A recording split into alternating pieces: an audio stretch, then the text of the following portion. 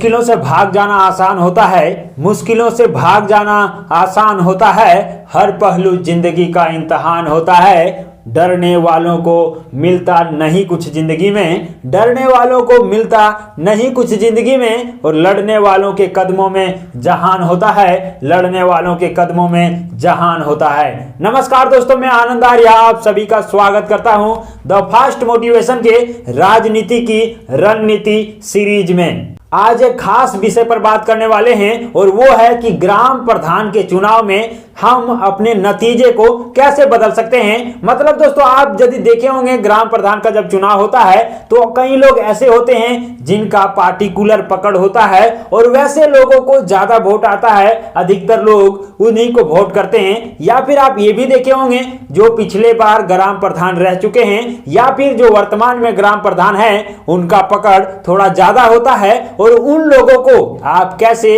अपने दम पर हरा सकते हैं, आप कैसे ऐसे संगठन बना करके, ऐसा रणनीति बना करके आप वैसे लोगों को भी हरा सकते हैं और सारे नतीजे को बदल सकते हैं। तो आज जानेंगे 5 रणनीति जिसके तहत आप अपने पूरे नतीजे को बदल सकते हैं और आप भी अपने ग्राम का प्रधान बन सकते हैं। तो चलिए जानते हैं सभी को एक करके, वीडियो को अंत तक देखिएगा तभी आप 5 रणनीति पर काम कर पाएंगे। सबसे पहले काम यह करना है दोस्तों कि आपका जो अपना वोट है उसे संगठित करके रखिए। मतलब अपने वोटर्स को संगठित करके रखिए। आपके फेवर में जितने वोट हैं उन सभी वोट को संगठित करिए।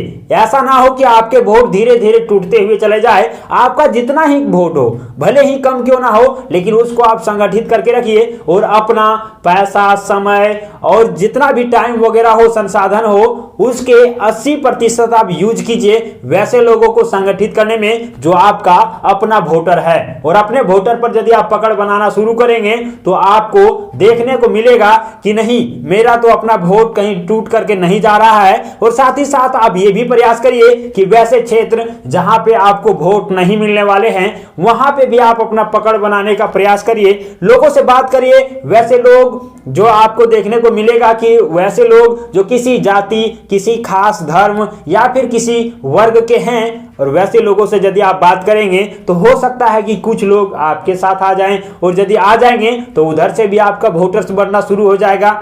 आपको ये भी देखने को मिलेगा कि बहुत सारे ऐसे क्षेत्र होंगे जहां पे आपके फेवर में लोग नहीं रहेंगे, आपके फेवर में वहां से वोट नहीं आने वाला है, तो वैसे क्षेत्र को आप वैसे ही छोड़ देंगे तो भी अच्छा रहेगा, क्योंकि आपको मिलने ही नहीं वाला है। तो आप वहां पे समय और पैसा या फिर संसाधन व्यर्थ गवा करके कुछ नहीं मिलने वाला है, तो छोड़ दें वैसे चीजों को।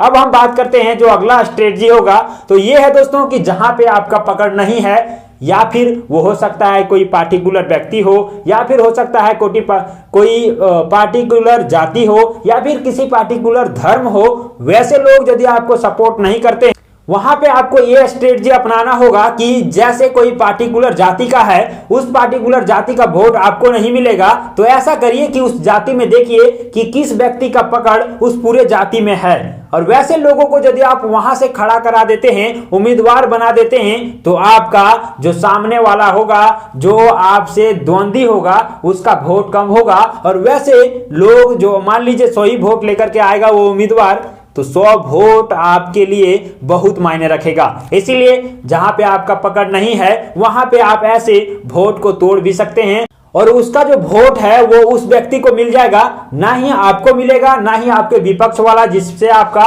टक्कर है उसको मिलेगा। तो इस प्रकार से आप ही का जीत होगा, क्योंकि आपको कम वोट आएंगे और उसका भी वोट यदि टूट गया तो इससे आपको ही फायदा होगा। अगला जो स्ट्रेटजी है वो ये है दोस्तों कि आप ये चीज बात करिए कि दूसरे को वोट जो है उसको तोड़ने का काम करिए। दूसरे का जो वोटर हैं, आप जानते हैं कि वो जो पार्टिकुलर व्यक्ति है वो किसी और को वोट करने वाला है, वो दूसरे को वोट करने वाला है, तो आप वोटरों को तोड़ेंगे तो आपका जीतने की संभावना बढ़ जाएगा। और राजनीति की रणनीति में ये भी एक शामिल होता है कि आखिर हम दूसरे के वोटर को कैसे तोड़ें, ना तो हमारे पास आए और ना ही उसके पास जाए। तो ये क्या है, किसी तीसरे के पास चला जाएगा जिसके पास कम वोटर रहेंगे या फिर जिसको कम वोट मिलने वाला रहेगा, तो आपका भी वहां पे जीत हो सकता है। अब हम बात करते हैं कि वोटर को कैसे तोड़ा जाए। तो उसके लिए वीडियो पर्सनल बना हुआ है, आप वहां पे जाकर के देख सकते हैं कि आखिर वोटर को तोड़ने के क्या क्या तरीके होते हैं, वोट कैसे काटा जाता है।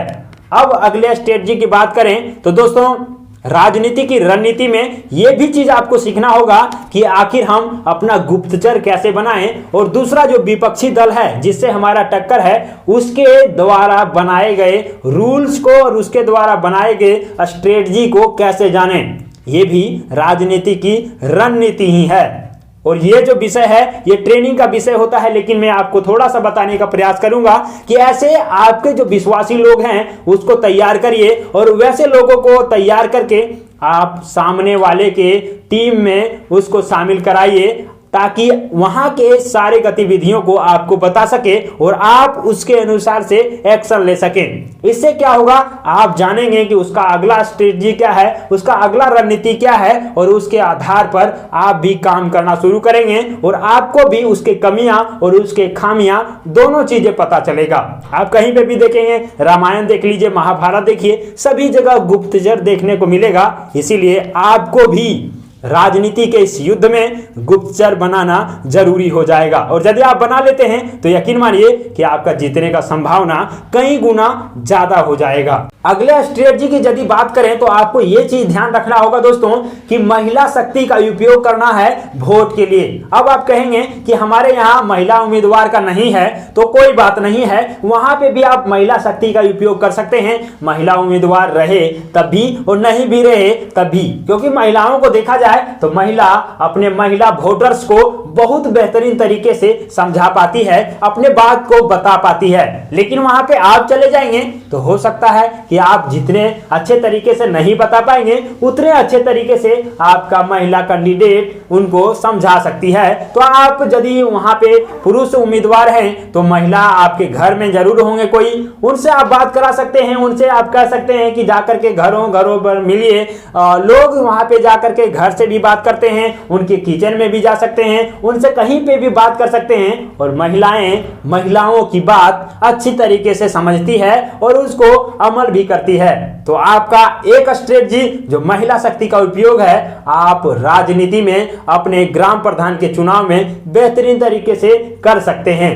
और यह देखा जाता है कि जब महिला अपने बातों को रखती है महिलाओं के साथ तो उसका इम्प्लीमेंट और उसका जो रिजल्ट आता है वो बेहतर आता है और बेहतरीन तरीके से आता है। और नेक्स्ट जो स्ट्रेटजी है वो ये है दोस्तों कि युवा शक्ति को आपको अपने साथ रखना होगा। मतलब क्या है कि ग्राम में कोई भी गांव है, जितने भी मतलब क्या लें यू कि गांव जितने भी हैं सभी गांव में युवाओं को संगठित करने का काम करिए, युवा शक्ति को आगे लाने का काम करिए और अपने टीम में ज्यादा से ज्यादा युवाओं का भागीदारी रखिए। अब ये नहीं है कि बूढ़े लोगों को छोड़ देना है, जवान को छोड़ देना है, लेकिन आपको युवाओं का यूज ज्यादा करना है, युवा शक्ति को आपको ज्यादा बढ़ावा देना है। और ये होगा कैसे, तो युवाओं को कैसे संगठित करें उसके लिए भी वीडियो बना दिए हैं, वहां पे आप जाकर के देख सकते हैं। उसके रोजगार के मुद्दे पर बात करिए, उनके शिक्षा के मुद्दे पर बात करिए, उनको एक कदम आगे बढ़ने के मुद्दे पर बात करिए कि आपके लिए हम क्या करना चाहेंगे और क्या करना चाहते हैं। तो आपके साथ वे सारे लोग जुड़ते हुए चले जाएंगे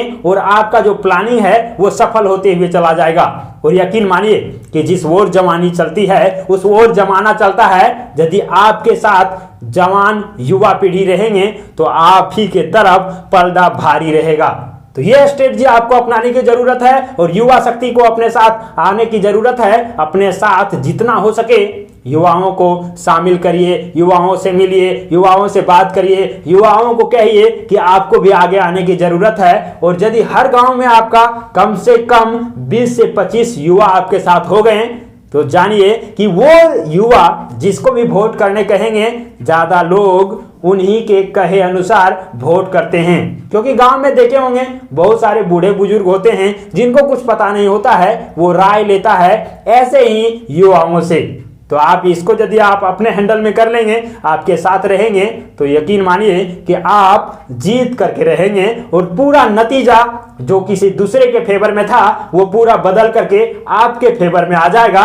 और अगला जो स्ट्रेटजी है उस पर हम बात करेंगे नेक्स्ट वीडियो में ये वीडियो के सारे स्ट्रेटजी और सारी रणनीतियां आपको कैसा लगा कमेंट बॉक्स में जरूर बताइएगा। यदि कोई प्रश्न है तो वो भी आप हमसे पूछ सकते हैं, जान सकते हैं। कोशिश रहेगा कि हर एक रणनीति को बताने का। तो आज के लिए बस इतना ही। हम मिलते हैं अगले किसी राजनीति की रणनीति सीरीज के अगले वीडियो में, अगले राजनीति के रणनीति पर चर्चा करते हुए।